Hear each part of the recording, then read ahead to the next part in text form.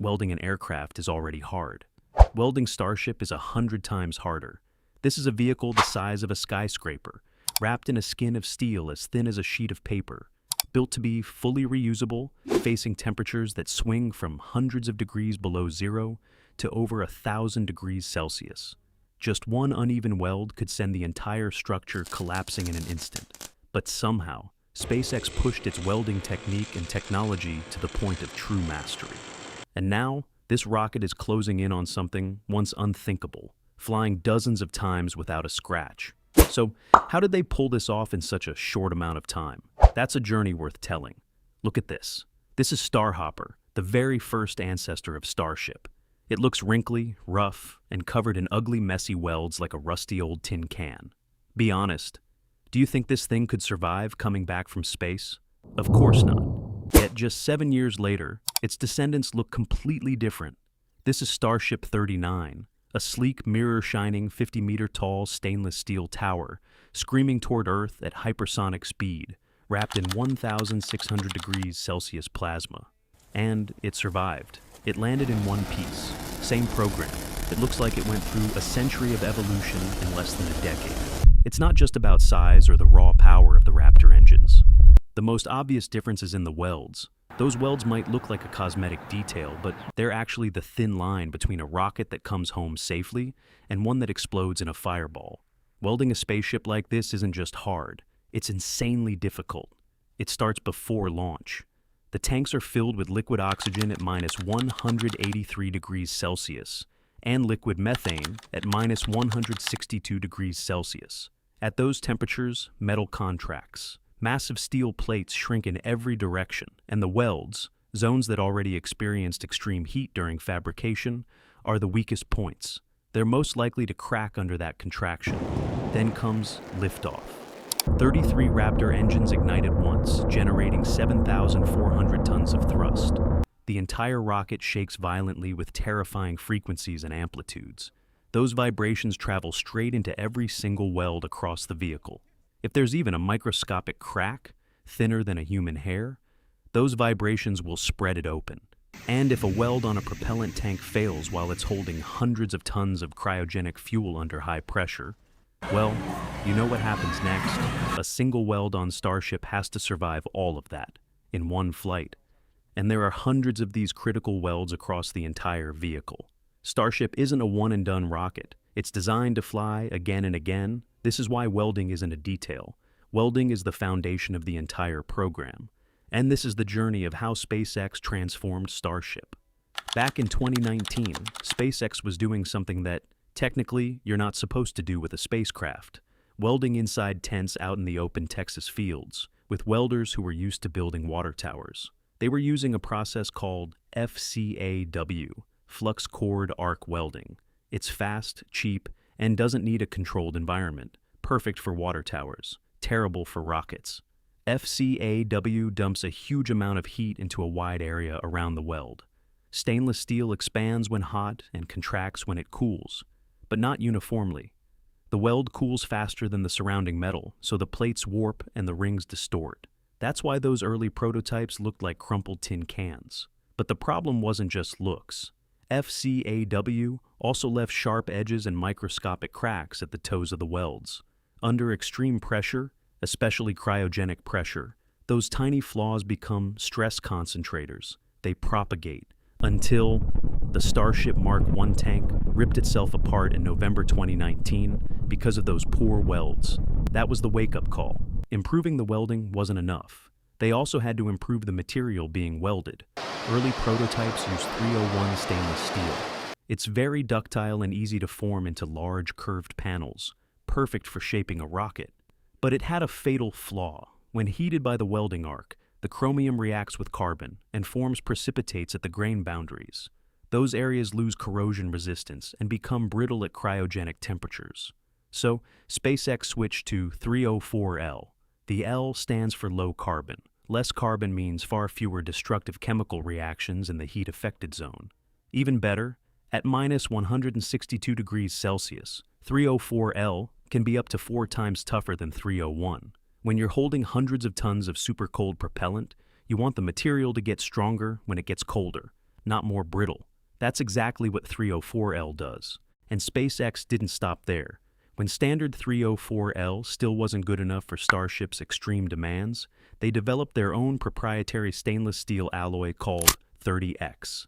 The exact composition is still a closely guarded secret, but this custom alloy has already been implemented on later Starships. It outperforms regular 304L in strength, weldability, and performance under both cryogenic cold and the blazing heat of re-entry. This is pure SpaceX. If the market doesn't have what you need, you invent it yourself.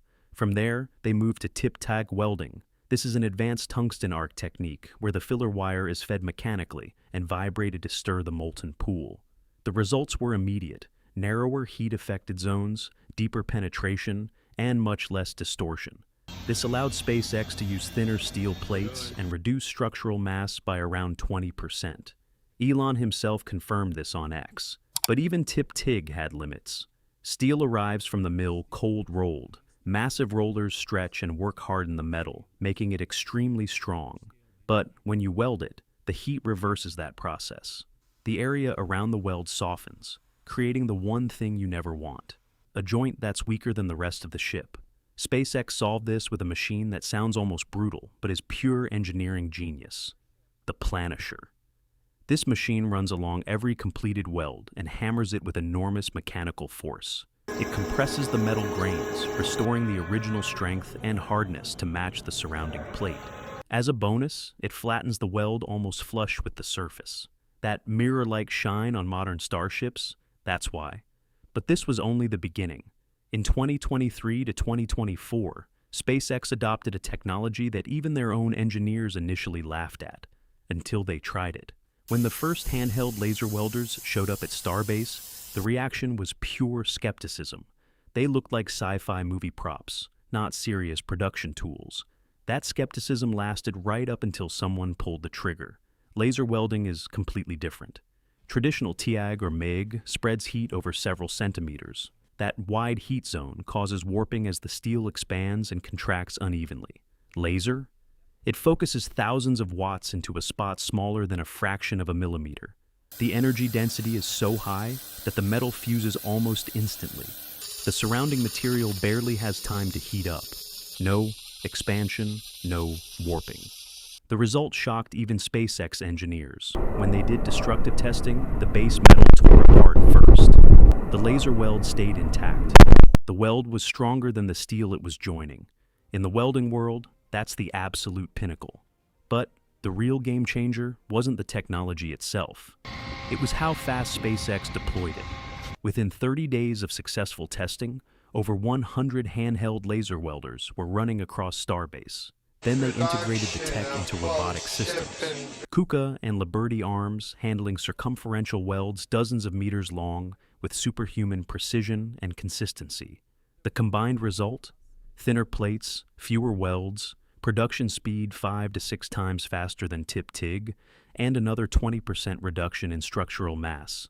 Add it all up, from Starhopper to today's Starships.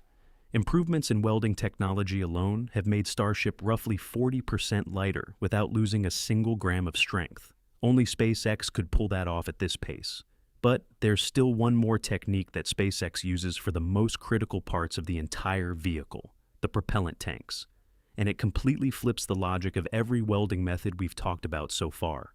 It's called friction stir welding. Unlike every other process we've covered, friction stir welding does not melt the metal at all. Instead, a high-speed rotating tool is plunged into the joint.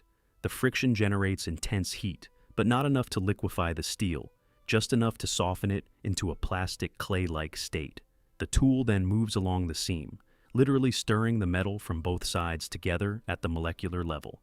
Because the material never becomes liquid, there's no solidification phase. And no solidification means no gas pockets, no hot cracking, no solidification defects. The usual enemies of traditional fusion welding. The result is a weld whose mechanical properties are nearly identical to the parent material, with exceptionally high fatigue resistance. Absolutely vital when the tanks have to survive the violent vibrations from 33 Raptor engines firing at once. It also produces almost zero distortion. This technique was originally pioneered by NASA in the late 1990s, for the aluminum external tank of the space shuttle. SpaceX didn't just copy it, they adapted and upgraded it for stainless steel and deployed it exactly where failure is not an option. The massive cryogenic propellant tanks of Starship. Now, welding at this level isn't something you pick up in a weekend course. So, tell me, do you know how to weld? If SpaceX handed you a job offer tomorrow to weld Starship's propellant tanks, would you have the confidence to take it? Drop a 1 in the comments if you think you could handle it. Let's see how many legends we have watching. Because here's the thing, even the best welder in the world can't tell you, just by looking, whether a weld will hold at minus 162 degrees Celsius under hundreds of tons of pressure. So, before any section of Starship is integrated into the full vehicle, it goes through a multi-layered inspection process that leaves zero room for guesswork.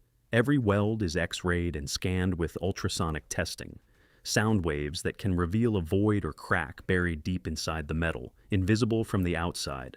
Then comes dye-penetrant inspection. A special liquid is applied to the surface, seeps into any microscopic crack too small to see with the naked eye, and gets pulled back out to reveal exactly where the flaw is hiding. A single missed defect at this stage isn't a quality issue. It's a tank that could fail under cryogenic pressure mid-flight. That's the standard SpaceX is holding every single weld to. So, what do you get when you combine the right materials, the right processes, and inspection standards this Unforgiving? You get a rocket that looks like it came from the future, yet is being built at a speed and cost that was considered impossible just a few years ago. And to really understand how impossible that was supposed to be, you have to look at what came right before Starship. The program that pushed aerospace welding to its absolute limit and still couldn't escape its own cost. That program was the Space Shuttle. Its main engine, the SSME, was a technological miracle, but a manufacturing nightmare. Its most critical components were forged from nickel-based superalloys like Inconel 718, a material notorious for being brutally difficult to weld because it tends to crack during solidification. The turbopumps ran at chamber pressures of roughly 200 atmospheres, at temperatures high enough to destroy almost any other metal. Getting those welds right demanded the kind of painstaking hand-built craftsmanship that took specialists years to master. The SSME was so complex, so punishing to manufacture, that each engine cost around $40 million and required hundreds of hours of maintenance and overhaul between flights. That was the world SpaceX was staring at when they sat down to design Raptor and Starship. And they understood something critical. If they built to those same old standards, they would never reach the cost or the reusability they actually needed. That context is exactly what makes everything SpaceX did next so extraordinary.